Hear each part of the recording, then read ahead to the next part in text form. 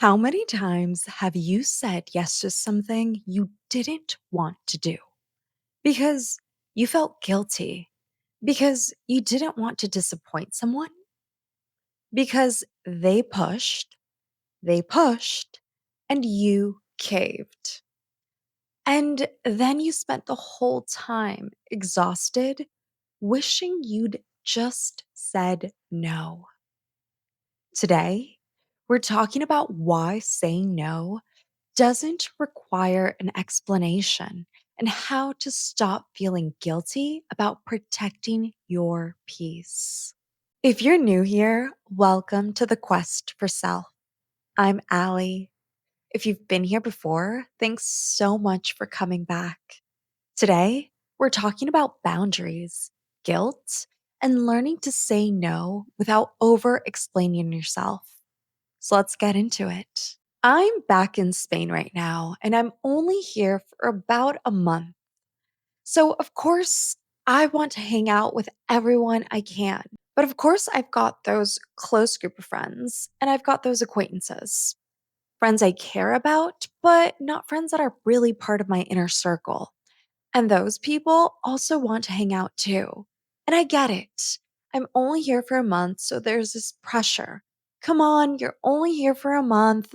Let's hang out. Let's do something. But here's the thing, when I'm back in Spain, I work Pacific Standard Time. There's a 9-hour difference. So I'm working late into the evenings and really into the night. And honestly, my schedule is so different than most people. I'm more tired. And honestly, my number one priority when I'm here and when I'm not working is being with my dog, Mia. So when people ask me to hang out and I say no, they push. And don't get me wrong, I am so honored and happy that I have people asking me to want to hang out. But it comes at a price because I can't really expand myself for everyone. People will often say, "Come on, let's just hang out for a bit. You can sleep during the day." And I'm sitting there thinking, no should be enough. I shouldn't have to explain myself. I shouldn't have to feel guilty. Last Sunday, I had coffee with a friend in the morning. Then I walked my dog. We usually go to the park and spend hours there. Then I met friends for brunch. Then we planned a trip. And I met another friend to catch up. And then I met one last friend for drinks. Honestly, that day by 3 o'clock, I was exhausted and I realized I'm stretching myself too thin. My energy level with some people just wasn't there anymore because I was trying to show up for everyone and I forgot to show up for myself. So at dinner, I told my friends, "I'm sorry, but I need to go. I'm exhausted." And I left. And you know what? I felt so much better. Here's what I'm learning: saying no doesn't require an explanation. Let me say that again. Saying no does not require an explanation. You don't owe people a reason. You could just say, "I can't make it," or "I'd love to, but I can't." That's it. When people push, and they will, you can repeat it. "I can't. I'm sorry." You don't have to justify it. You don't have to defend it.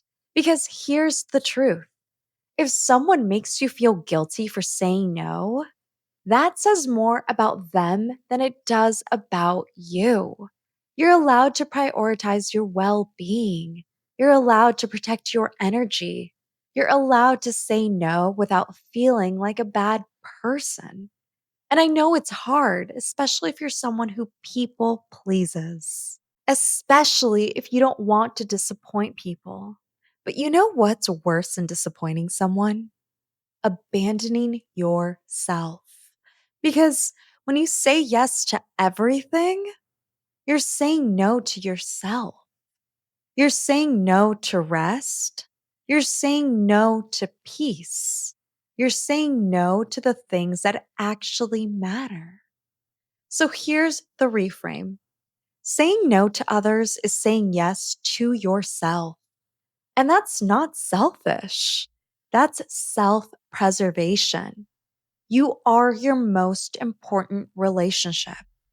And if you don't maintain boundaries with the people in your life, you will burn out. You will stretch yourself so thin that you have nothing left to give, not to them and not to yourself. So here's what I want you to do this week. One, practice saying no without over explaining. Just say, I can't make it. Or, I'd love to, but I need to rest. That's it. No long explanation, no defense. Just no. Two, when people push, repeat yourself. Don't cave. Don't feel guilty. Just say it again. I can't. I'm sorry. And leave it at that. Three, notice how you feel after you say no.